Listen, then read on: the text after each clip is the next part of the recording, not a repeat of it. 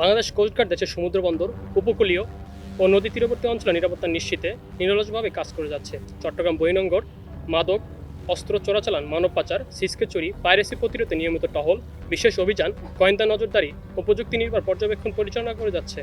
একই সঙ্গে বন্দর কর্তৃপক্ষ ও অন্যান্য আইন শৃঙ্খলা রক্ষাকারী বাহিনীর সমন্বিত কার্যক্রমের ফলে বহির্নোঙরে সিসকে চুরি ও পাইরেসির ঘটনা উল্লেখযোগ্যভাবে হ্রাস পেয়েছে।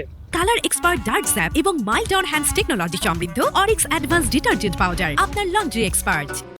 সম্প্রতি চট্টগ্রাম বন্দরে বহির্নোঙরে 3 জাহাজের লুট, নিরাপত্তা উদ্বেগ শিরোনামে প্রকাশিত একটি সংবাদ আমাদের দৃষ্টিগোচর হয়েছে।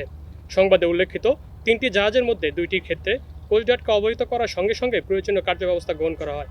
ফলে কোনো মালামাল চুরি হয়নি এবং সংশ্লিষ্ট জাহাজ কর্তৃপক্ষ বাংলাদেশ কোস্টগার্ডকে নো অবজেকশন সার্টিফিকেট এনওসি ও লেটার অব অ্যাপ্রিসিয়েশন প্রদান করেছে। অথচ সংবাদে ওই জাহাজ থেকে মূল্যবান সরঞ্জাম লুটের তথ্য প্রকাশ করা হয়েছে, যা সম্পূর্ণ ভিত্তিহীন।